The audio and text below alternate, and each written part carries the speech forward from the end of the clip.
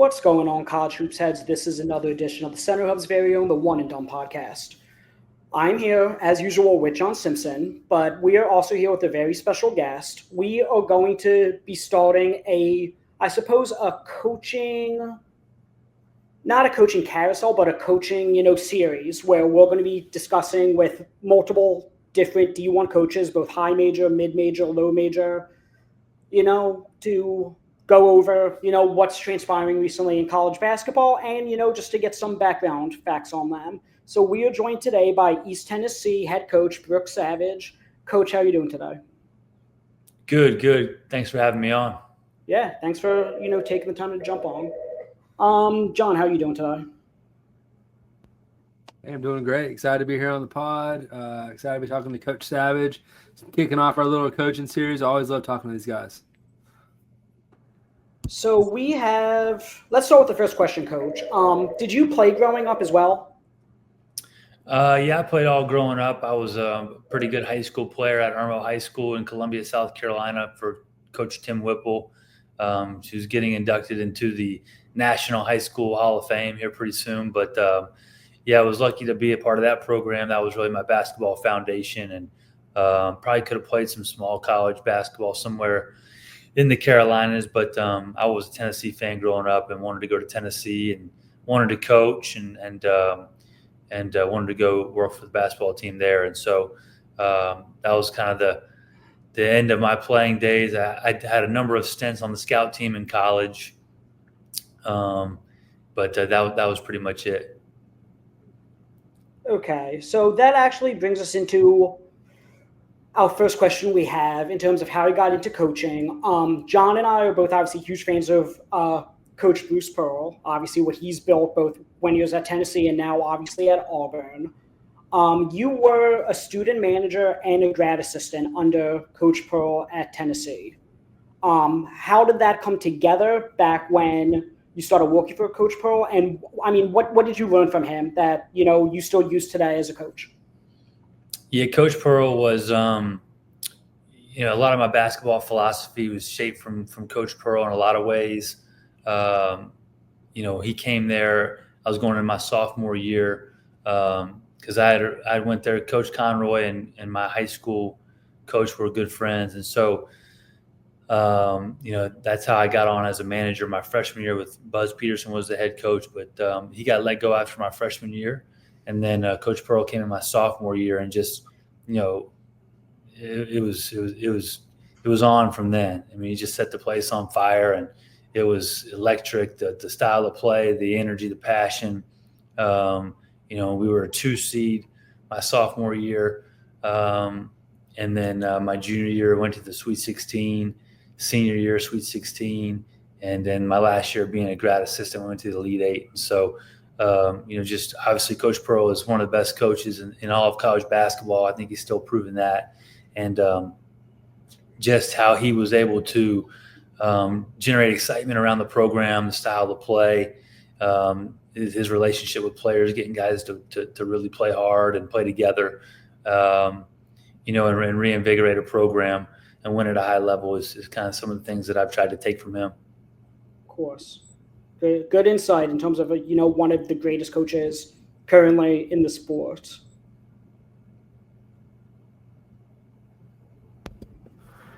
That's a cool shout out, Buzz Peterson, North Carolina basketball legend. I wasn't even thinking about him being there that first year before Bruce Pearl.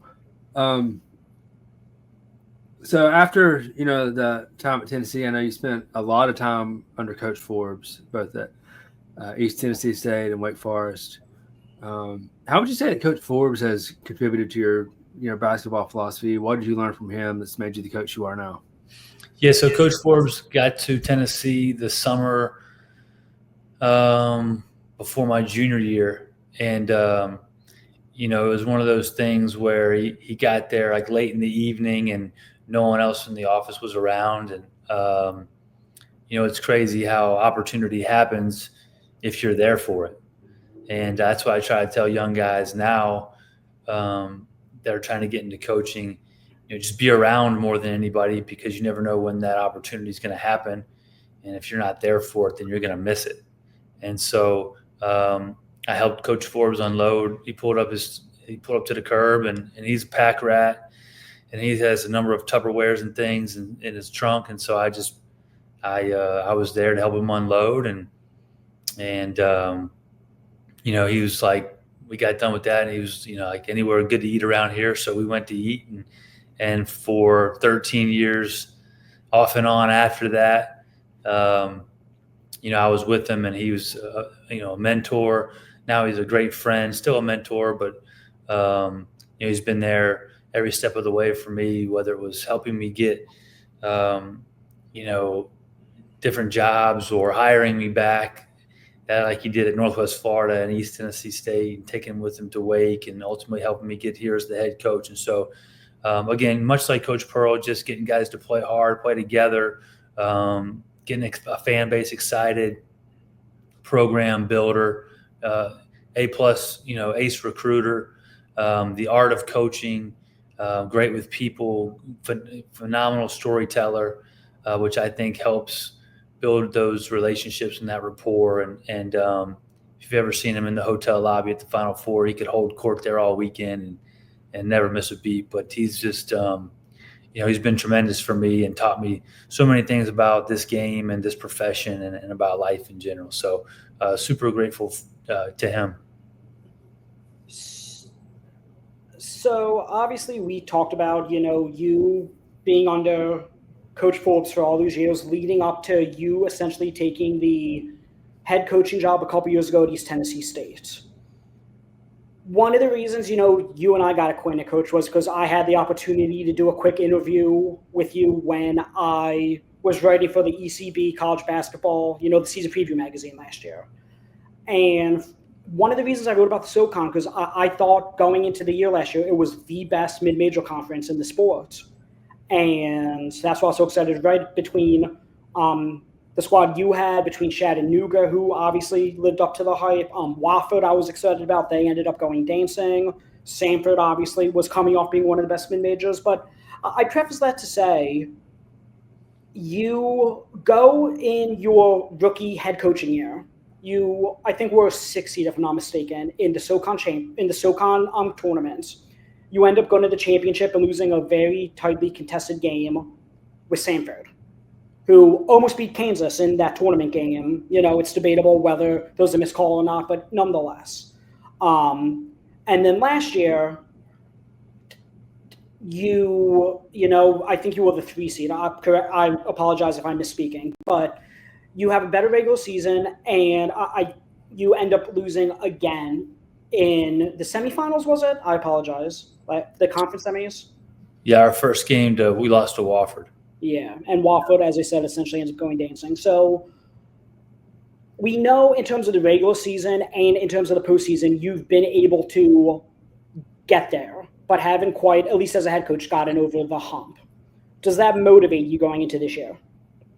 Yeah, that's the goal every year, especially at a place like this. That's the expectation.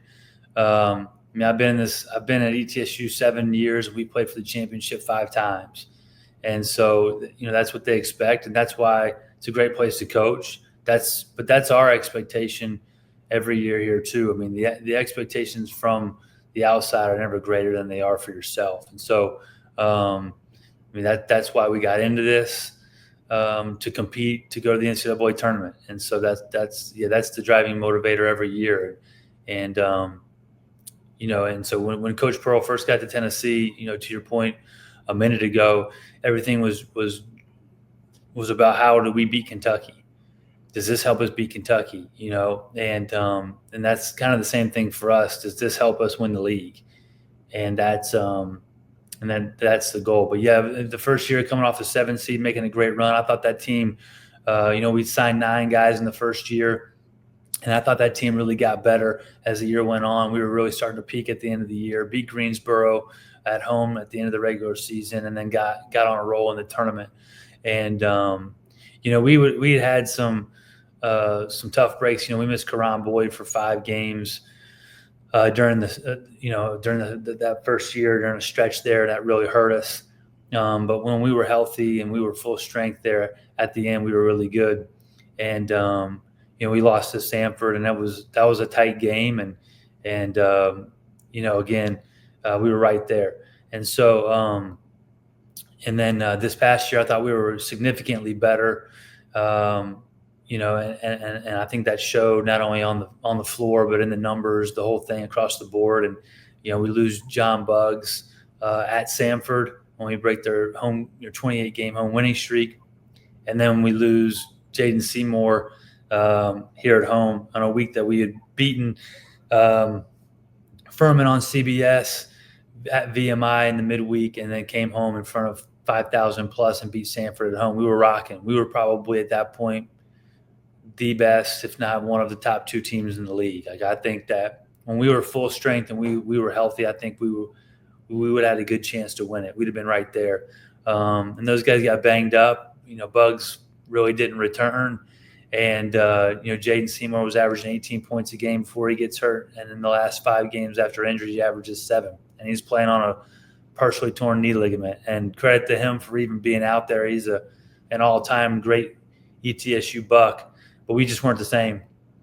And we didn't have enough in the end. And we ran into a really good Wofford team. And, but I was really proud of our guys. We won the last 4 of the regular season.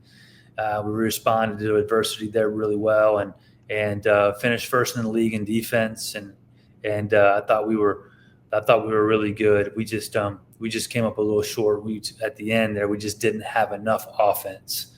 When you take out, we had 30 points a game, banged up. So, but that's how it goes. And so we got to come back this year and reload the roster and get ready to go try to do it again. Of course. Coach Savage, with the time that you've spent at East Tennessee State, you spent some time at Chattanooga too. You talked about playing in 5 SoCon finals. How important do you think it is to you being part of that Southern Conference? I grew up.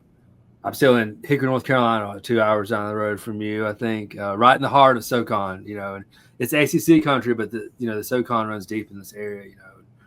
What does it mean to you to be a part of the SoCon, and how important do you think it is?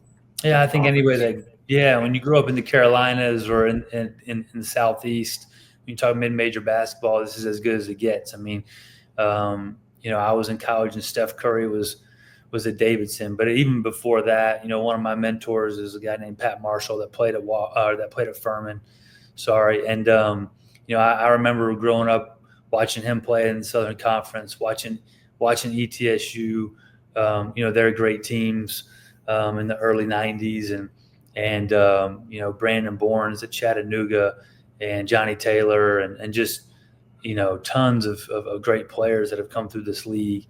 College of Charleston had really good teams in there. And so, I've been watching Southern Conference basketball since I was, 8 years old.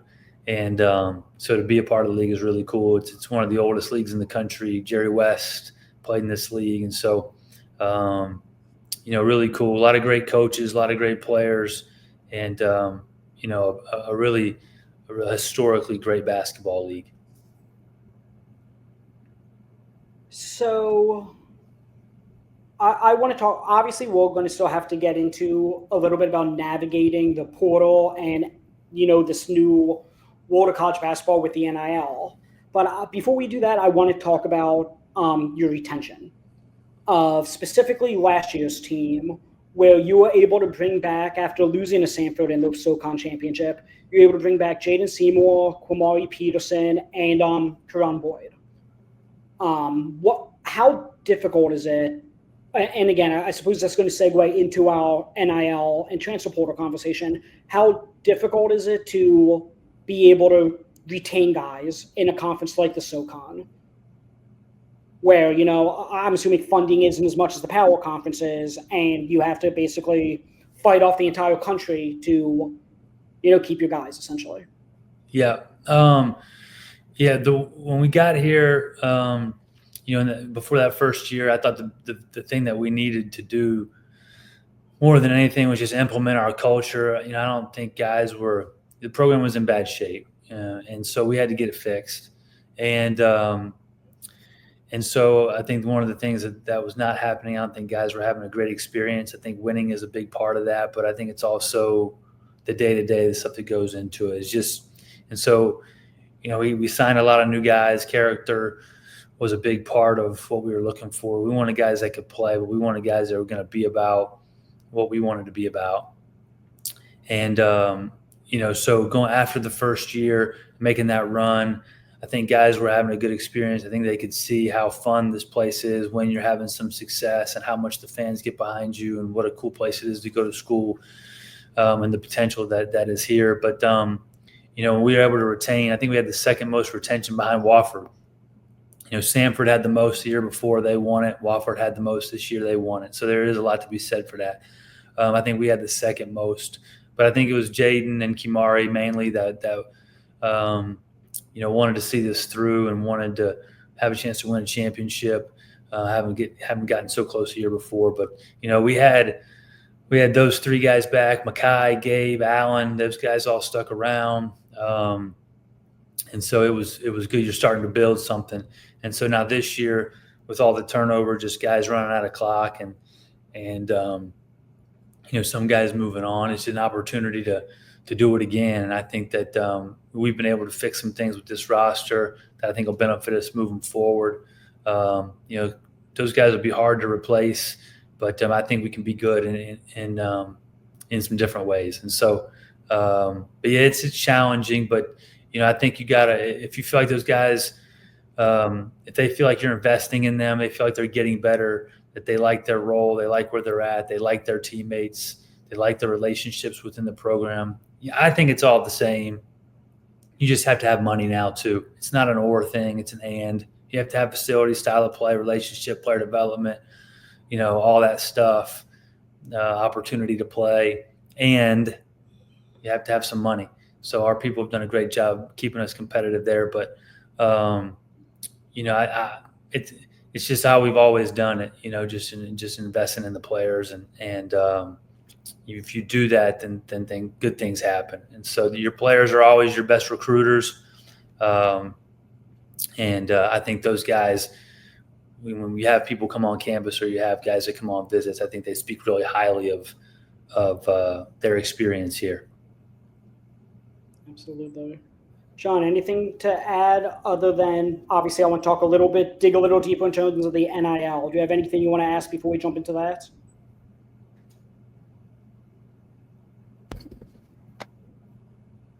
No, I don't think so. I think we could pretty much go into some more of those NIL questions. So, yeah, we'll jump to the NIL, then we'll jump into, obviously, the full court press, and John will be leading the full court press for you, Coach.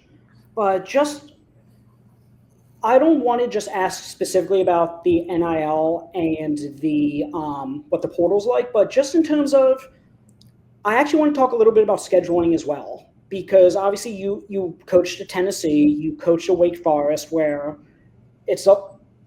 you're not in a one bid league. Now, as we've been talking about this whole conversation with the SoCon, it's a one bid league. You need to win the conference tournament to get in, essentially. How difficult is it in terms of scheduling, I suppose, because I know no major power conference team is going to want to play you on your home court. They might not even want to play you on their own court because, as one of the better mid-majors in the SoCon, they don't want to risk losing. So I want to talk about the scheduling real quick, and then we could dig a little bit deeper into the NIL and the transfer portal. Yeah, I think that scheduling, the whole thing has changed, from when I was here in 2020, with that team or this side over here, that team that went 30-4 to now. And really when I got here in 3 short years, it's changed completely. Back when we got here before in 15, 16, we were in the transfer portal. It just wasn't a thing yet. We were doing the grad transfer waivers. We were taking transfers. This has always been a transfer, JUCO heavy type of place. There's been a number of really good high school players that also, but I think that's the reputation that ETSU has. But when we first got here, we had Hunter Perea and Tevin Glass sitting out. there were transfers. Jelon Gwynn came from Cincinnati, was first team All-League. Deuce Bello was coming from Baylor. He was a really good player for us. And so we were in the transfer deal. Like we got, Lucas Gassan was a good front court player for us on that last year's team. And so, we had a number of really good transfers. Now everybody's in it. Duke's taking transfers now. That was our niche. So the job has really changed because we were, with the rules changing, junior college isn't as fruitful as maybe it once was. There's still good players, but it's not, we had a number of really good junior college players also. Kamari Peterson was a junior college player. So there's still some, but it's changed. The transfer thing has changed because now everybody's in the portal. And so that's changed this job a little bit. Then you add in the NIL. And so that's another thing that you got to find resources for to be successful. And then scheduling has changed. It used to be that like Coach Pearl he always wanted to get, Middle Tennessee and East Tennessee. And we played at Chattanooga when I was there, and Western Kentucky, and those teams that were going to finish at the top of their one bid league. Well, now the top is buying the bottom because you can crush them, hopefully, and get your metrics.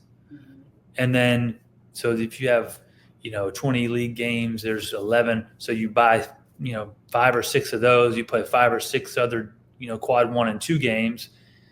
You get your metrics from the bottom teams, and you duke it out with the top teams. And so, but that leaves everybody else in the middle fighting it out amongst themselves. That's why I think you've seen us play bye games. We've gone on the road and beaten East Carolina and beaten Charlotte in bye games. They don't really want to buy us, but they can't get, bottom place teams in the lower leagues because they're getting paid a lot more money to go play Ohio State or Tennessee or Wake Forest or whoever. So, we used to, I was in charge of scheduling when I was here last, and the MTEs have all changed now. Like we were doing the mainland versions of Battle for Atlantis, Maui Invitational. I mean, I have a Maui surfboard right here in my office when we won what I would call the JV bracket, because we didn't get to go to Maui. But the mainland version of these tournaments, we would host. So we would get 2 home games that way. And it's just changed. The whole thing has. And so the dynamics of the job and then, some of the things surrounding it has changed this how we did it from before. And so we've had to adapt and adjust to that. But I think we've done it well, and I think we're really competitive in the scheduling and also the NIL space. Okay, awesome. Because again, we're trying to implement the series to try to get different perspective in terms of, as I said, high majors, low majors. Obviously, you guys are an upper mid major, I would say. So definitely interesting perspective. John, do you want to get into the full court press? Yeah, sure. Let's do it. Okay, you want to lead it? Yeah, cool. So, full court press. This is just a few rapid fire questions. Some of them are about basketball. Some of them are just kind of fun. But so we'll just go at it. So the first question: what's your favorite basketball memory? Man, that's not very rapid fire. I got so many. Man,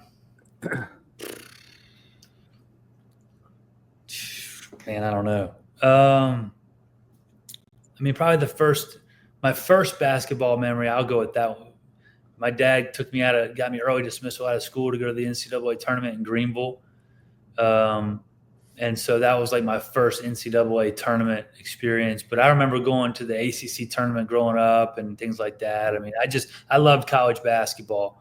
From everybody from Nolan Richardson to Jerry Tarkanian and on down the list. I've just always loved everything about it.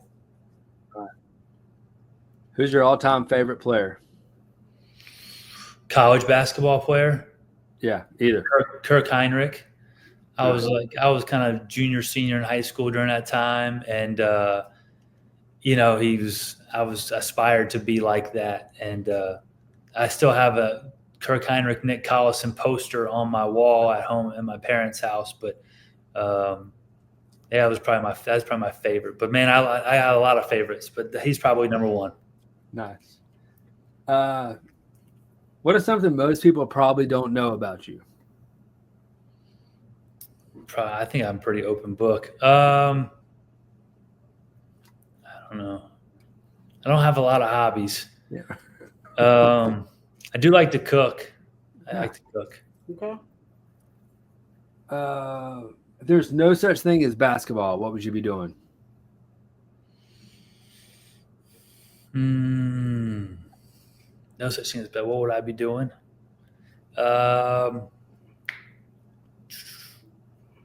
I don't know. This is all I've ever wanted to do. Man, I'd probably would be living in some sort of larger city, just like the excitement of, city life, or at least I would have. I don't know now that I have family, but I would have probably moved to some, Charlotte, Nashville, New York, something like that, and would have be doing something.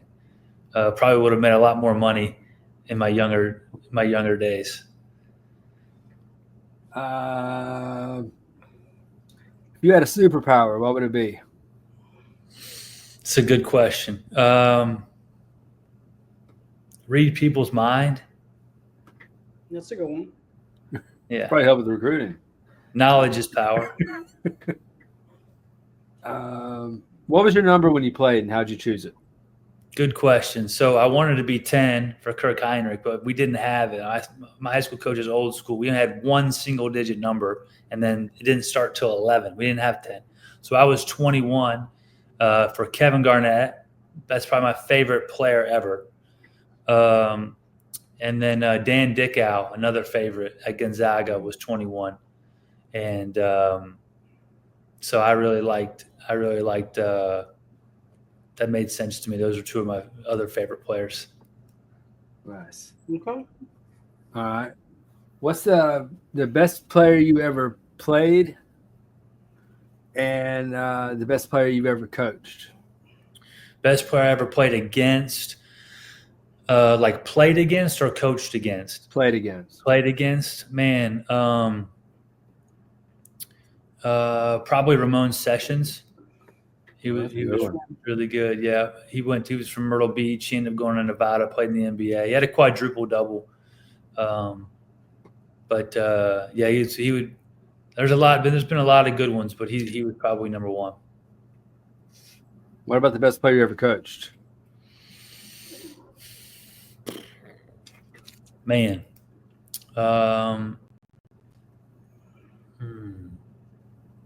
Ty Appleby is the only player to ever lead the ACC in points and assists. He was just a joy to coach every day. His spirit off the charts, tremendous competitor. Alondas was player of the year. Jake LaRavia was the 19th pick. Chris Lofton, I don't know if you'd say I coached him necessarily, although we were in the gym together a lot. So, but yeah, probably Ty Appleby. Portsmouth Invitational guy. Yeah, he's good, man. He's really good. Kimari Peterson would be up there too. Absolutely. I mean, he averaged 25 points a game the last 5 games of the year. I don't know if I've ever had a player do that. That's pretty good. All right. And the last one, who you got, MJ or LeBron? Oh, come on, Mike. Next question. I'd have Kobe. I'd have Kobe. I'd have Steph Curry. I'd have LeBron. He's down my list. All right. Well, I appreciate it, man. Thanks, guys. Yeah, we appreciate you coming on, Coach. This concludes this episode of the One and Done podcast. Rate, review, Apple Podcast, Spotify, wherever you get your podcast. And this is one of many coaching interviews that we're so fortunate enough to be doing on, the series. So be on the lookout for next week, and we will talk to you guys soon. Thanks for listening.